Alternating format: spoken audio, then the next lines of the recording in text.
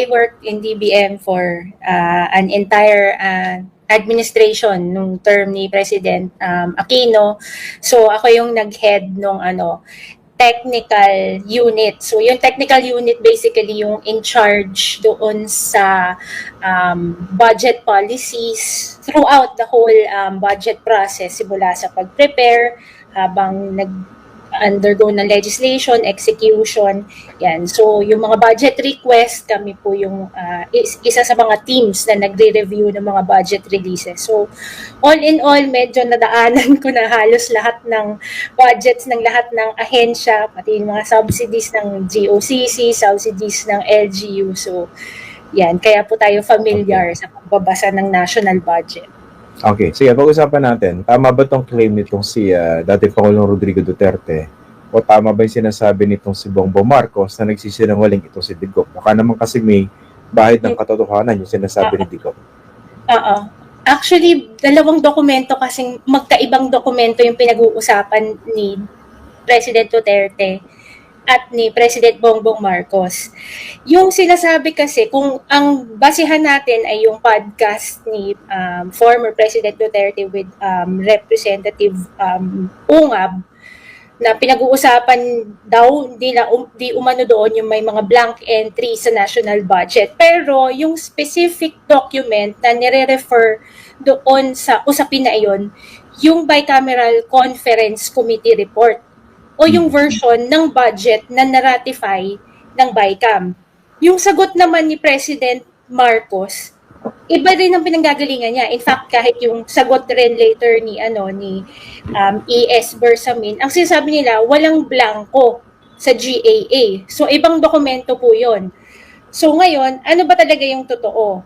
Well, at least dun sa nakita ko na version ng Bicameral Committee Report, meron ngang mga blank entries, particularly sa budget ng Department of Agriculture. So, siguro more or less 5, more than 5 yung nakita ko. Siyempre, hindi naman exhaustive yung pag-review ko, but confirmed na merong mga blank entries. At issue iyon na ni-raise dahil, at tama lang na i-raise dahil yung specific amounts po na nasa national budget natin, whether that's the proposed version o yung i-ratify ng Kongreso at later on yung pipirmahan ng Presidente, importante yun. Kasi yun yung tinatawag natin in technical terms na appropriations. Yun yung level lang na pagkakagastusan. So, kaya nga tayo may national budget, kaya nga line item ang pagbabalangkas ng budget. Ibig sabihin, bawat item sa budget, bago yan i-propose, bago i-submit, bago i-approve ng kahit sino, may numero dapat. So, valid actually yung issue na bakit may mga blanco doon sa budget specifically ng Department of Agriculture. So, hindi natin alam, of course, kung anong dahilan. Kasi wala namang transparency nga dun sa BICAM.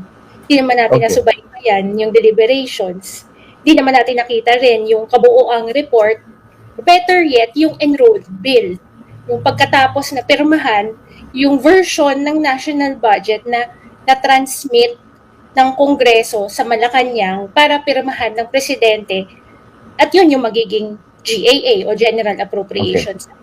So, i-clarify ko lang, no? So, they were referring to 2 separate documents. Yes. Confident itong si BBM na walang blanco doon sa GAA. Yes. Inilagdaan niya. Okay? Yes. Pero sinasabi ni Digong, meron siya nakitang blanco base rin sa impormasyon na binigay sa kanya ni Congressman Ungab doon sa BICAM report. Okay? Yes.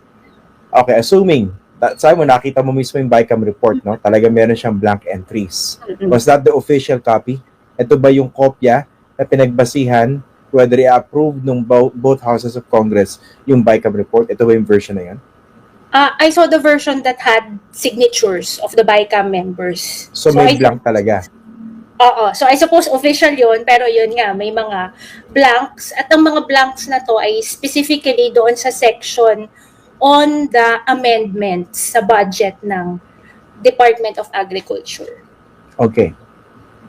Hindi ba irregular ngayon kung yung BICAM report merong blank entries?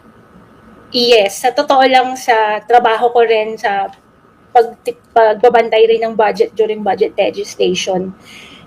Ngayon lang ako nakakita ng ganun kadami na blank entries. Pero sabi ko nga kina Shelo tsaka kina JC, ano to proof rin talaga to na hanggang sa kahuli-hulihang sandali ng budget legislation, meron talagang mga pinagpapalitan yung BICAM. Kasi magtataka ka bakit may mga amounts na inamend yung kumbaga yung original amounts at yung amounts na ni-replace o binawasan man yan o dinagdagan, bakit may mga amounts yung ibang maraming items actually. So bakit may mga specific amounts na bakit may mga specific line items for certain programs and projects na walang amounts. Okay, so clarify ko lang kasi hindi ko nakita yung tinutukoy mo, no? So lumalabas dito, meron line item pero walang amount. Yes. So may proyekto or programs or projects pero wala siyang corresponding na amount. Yes, under the special provisions of those specific budget items. Kasi hindi naman buong kompletong budget, yung BICAM report, ang nandoon lang yung agency level na total, tapos yung mga specific amendments. So, doon yung may mga blanks. Okay, pero doon sa mismong version na inaprobuhan with finality ng both houses of Congress at nilagdaan nitong si Pangulong Bongbong Marcos, wala na yung mga blank na yan. Yun ang hindi natin alam. Hindi naman natin kasi alam, nakikita ko ano yung version na na-transmit, yung printed final copy nung pagkatapos ng BICAM report, tapos yun yung transmit nila sa Malacanang, yun yung hindi natin alam. But pagdating sa GAA, at least I checked the DA figures, meron naman doon sa General Appropriations Act. So kung meron tayong presumption of regularity, masasabi natin na kinumpleto naman ng Congress yung mga blanks na yon bago na i-transmit sa Malacanang. Okay, ang next question ko, Zai, kung yung nakita mong BICAM report may signatures pero nandun din yung blank entries, tama ba na nagkaroon siya ng laman o nagkaroon siya ng amounts after BICAM tapos ito yung nilagdaan ng Pangulo? Tama ba yung proseso na yun? Yes, mukhang ganun yung nangyari kasi actually pagkatapos pirmahan ng BICAM report, nagkakaroon pa ng print out yung yung enrolled bill. Tapos at least doon sa BICAM report na nakita ko merong proviso doon na nagsasabing technical staff na yung bahala sa style edits. Pero ako personally, ang red flag sa akin doon, these are not merely style edits. These are figures. These are amounts of the project. Substantive So, substantive figures ng mga line items. So, bakit hindi kumpleto bago pinirmahan ng BICAM? At tama ba na ipaubaya lang yon sa technical staff ng Senate or ng House? Kasi we will need more information para talagang para mas mabusisi ito. So siguro dapat mas maging transparent dito yung both houses of Congress. Yung BICAM, ilabas nyo yan, yung dokumentong yan, kung meron mang blank entries or amounts or wala, para magkaalaman. On the part of Malacanang and DBM, dapat ilabas nyo rin yung official versions every step of the way, para magkaalaman, di ba? Tapos ang gusto ko itanong sa Isay, para gawin natin ito opportunity for people to better understand the process, no? Kasi nga, maraming pwedeng mangyari sa BICAM, di ba? Tawag nga dyan the third chamber. Yes. Dahil merong version yung House at saka yung Senado, i-reconcile yan doon sa BICAM. Ito bang huling BICAM na ginawa patungkol dito sa 6.3 trillion budget natin? Naging transparent ba siya sa tingin mo? Wala naman talaga siyang transparency at all. Tokenism lang naman yung naganap na in-invite yung media nung opening nung BICAM committee hearings. Pero pagkatapos nun, yung entire process naman, wala namang naging transparency talaga. Hindi naman siya naka-livestream. Wala namang pinayagan na pumasok na independent observers wala rin namang minutes na inilabas doon sa naging proceedings doon sa BICAM, hindi katulad nung mga committee level at plenary deliberations. Kahit papaano makakahingi ka pa ng transcript sa either House of Representatives or Senate. Yung BICAM talagang walang ganun. Matagal nang ganun yung proseso ng BICAM, pero itong huling tatlong BICAM, excessive talaga yung reallocations. Tapos, magugulat na lang ang lahat, including DBM actually, na ganun kalalaki yung dagdag sa iba-ibang pondo or bawas sa iba-ibang line item. Okay. Sa atin, wala tayong kinakampihan dito, Marcos or Duterte, no?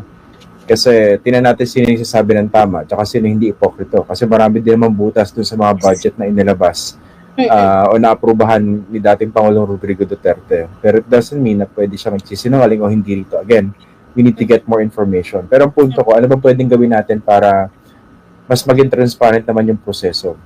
Especially dun sa BICAM level, no? Pwede bang ano lang yan? Kasi nangyayari dito parang dependent na lang doon sa how transparent the House and Senate leadership would like to be. Pero ba tayong pwedeng gawin para i-demand sa kanila na, uy, dapat kita namin yung pinaggagawa niyo sa BICAM. Kasi napaka-powerful ninyo. Ako at the very least, kung hindi magiging public yung BICAM hearings, i-publicize ninyo yung report every step of the way. Ano yung iba-ibang versions na ginagawa doon sa budget. Kasi in this case, itong BICAM report, tapos meron pang yung transmitted version sa Malacanang, tapos saka pa yung GAA. At least 3 dokumento yung pinag-uusapan natin na hindi tayo nagkakaalaman saang parte doon nagkaroon ng pagbabago. So, I think dapat patuloy yung pag-call ng natin ng transparency sa proseso ng BICAM. Kung pwede, at least man lang para dun sa national budget deliberations, mag-invite rin sila ng third-party observers. Ginagawa naman nila yun sa committee at plenary deliberations. Pwede naman mag-observe yung mga iba-ibang grupo. So, bakit sa BICAM hindi pwedeng gawin yun? Tingin ko, dapat gawin natin yun para mas magkaroon ng transparency. Mababawasan itong mga major reallocations na ang nangyayari, sumusobra, excessive, abusive yung level ng discretion ng mga BICAM members sa paglilipat-lipat ng mga pondo.